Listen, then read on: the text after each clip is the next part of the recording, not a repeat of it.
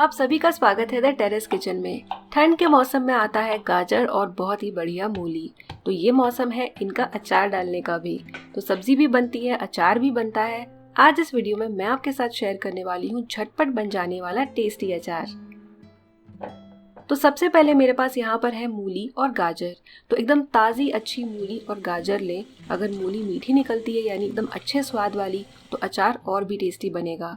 तो पहले अच्छे से गाजर और मूली को आप धो लें और फिर एक कॉटन के कपड़े से पोंछ लें। एकदम अच्छे से इन्हें पोंछ लें। अब इसके बाद मूली और गाजर दोनों को छील कर इनके लंबे टुकड़े कट कर लें।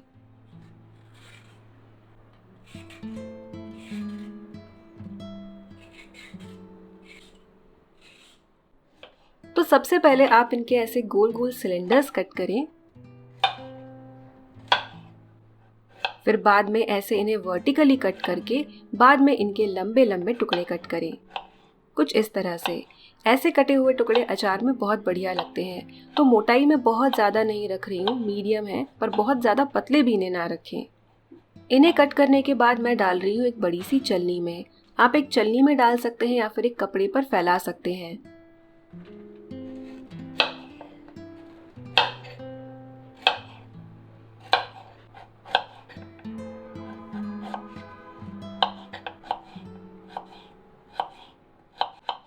गाजर को भी कट करके मैं सेम चलनी में डाल रही हूँ।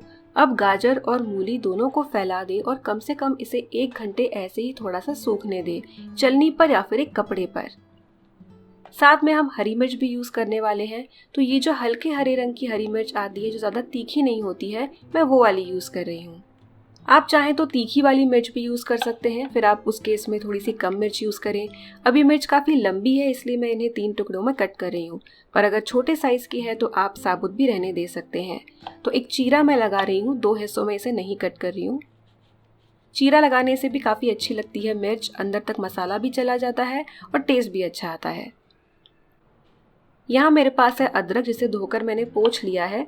तो इसकी लंबी लंबी पतली स्लाइसेस मैं कट कर रही हूँ।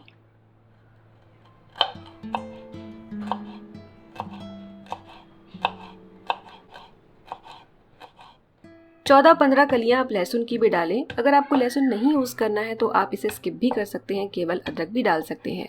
पर अगर आप लहसुन यूज़ कर रहे हैं तो हल्का सा ऐसे कूट के डालें। मेरी मम्मी ऐसा करती है और इससे अचार जो है काफ़ी ज़्यादा स्वादिष्ट बनता है। अब मसाले भून लेंगे। एक पैन में डालें 1.5 टेबलस्पून राई, 1 टेबलस्पून सौंफ, आधा टीस्पून जीरा,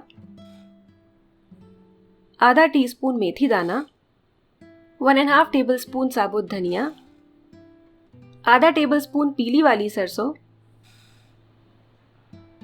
और 12 से 13 काली मिर्च। अब इन्हें आप हल्का मीडियम और लो फ्लेम के बीच में सेक लें। लगातार चलाते रहें ताकि एक जगह से ये जल ना जाए।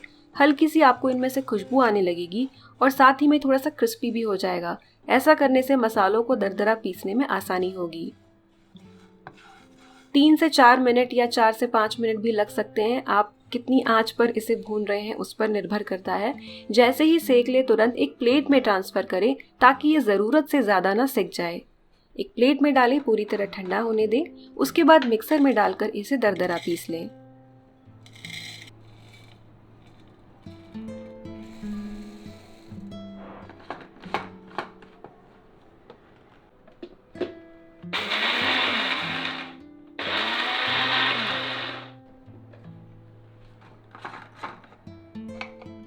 तो यहाँ पर मैंने ये मसाले दरदरे पीस लिए हैं। इन्हें डाल रही हूँ मैं एक बोल में, या फिर आप एक बड़ी परात यूज़ कर सकते हैं। साथ में डालें लाल मिर्च पाउडर, हल्दी, आमचूर पाउडर, नमक और आधा टीस्पून कलौंजी। इन सारी चीज़ों को आप मिक्स कर लें। आमचूर पाउडर अगर आपको नहीं डालनी है तो आप सिरका भी यूज़ कर सकते हैं, 1 से 1.5 टेबलस्पून।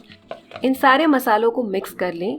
अब मिक्स करने के बाद सबसे ऊपर इनके बीच में आप डाल दें हींग। अब यहाँ पर मेरे पास है सरसों का तेल, आधा कप, और उसके लगभग 1 टेबलस्पून ऊपर मैंने लिया है। तेल को अच्छे से धुआं आने तक गर्म होने दें। अगर आपको सरसों का तेल यूज़ नहीं करना है तो आप कोई भी दूसरा तेल जो आप नॉर्मली अचार में यूज़ करते हैं वो कर सकते हैं। अब गैस बंद करने के बाद आप इसे हल्का सा गुनगुना होने दें। जब ये तेल गुनगुना हो जाए तब आप इसे पहले हींग के ऊपर डालें और बाकी मसाले पर फैला दें। तो थोड़ा सा तेल मैं साइड में रख रही हूँ, ज़रूरत पड़ेगी तो मैं डालूंगी। अब इन सारी चीज़ों को अच्छे से मिला लें।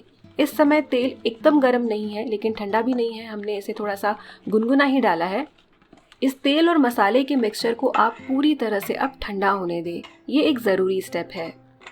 जब ये पूरी तरह से ठंडा हो जाए फिर इसमें डालें बाकी की चीज़ें जैसे कि लहसुन, अदरक, मिर्च, मूली और गाजर। अचार बनाने का जो तरीका होता है ये कुछ घरों में अलग भी हो सकता है। जैसे हमारे यहाँ पर इस तरह से मसाले में अलग से ये चीज़ें मिक्स की जाती है, ना कि कढ़ाई में ही डालकर। तो आपके यहाँ किस तरह से अचार बनाया जाता है आप मुझे कमेंट सेक्शन में लिखकर बता सकते हैं। अब इसी मसाले में मैंने गाजर और मूली भी डाल दी है, तो अच्छी तरह से आप अचार को मिक्स कर लें। अगर आप अचार को टेस्ट करके देखना चाहते हैं तो एक टुकड़ा दूसरे बर्तन में निकालें और अचार में हाथ ना ही डालें तो अच्छा होगा। यहाँ पर जो बचा हुआ तेल है वो भी मैं डाल रही हूँ। तो तेल जो हमने गरम किया था वो पूरी तरह से ठंडा हो चुका है, जो मैंने यहाँ पर अचार में डाला है। इस समय टेस्ट करने के बाद आप थोड़ा सा नमक एडजस्ट कर सकते हैं। खटास अगर आपको एडजस्ट करनी है तो आमचूर पाउडर या फिर सिरका डाल के आप वो भी एडजस्ट कर सकते हैं। तो बस ये अचार रेडी है। अचार कांच की या फिर सिरेमिक की बर्नी में ज़्यादा अच्छा होता है, तो यहाँ पर मैं इसे कांच की बर्नी में डाल रही हूँ। इस अचार को आपको धूप में रखने की वैसे ज़रूरत नहीं है, रखना चाहते हैं तो ज़रा एक दिन धूप दिखा दे, बस उतना ही काफ़ी होगा। इस अचार को बनाने के बाद अगर आप बाहर रखते हैं तो 2 से 3 दिन ये टिकेगा। मौसम के हिसाब से ये दिन कम ज़्यादा भी हो सकते हैं, पर बेटर ये होगा कि आप इसे रेफ्रिजरेटर में रखें। आराम से 1-2 महीने तो ये चल ही जाएगा। अब जब भी आप खाना बनाएं उसके साथ ये परोसे, बहुत ही कमाल का लगता है। वीडियो पसंद आया हो तो इसे लाइक करें और द टेरेस किचन को सब्सक्राइब करें। Bye bye.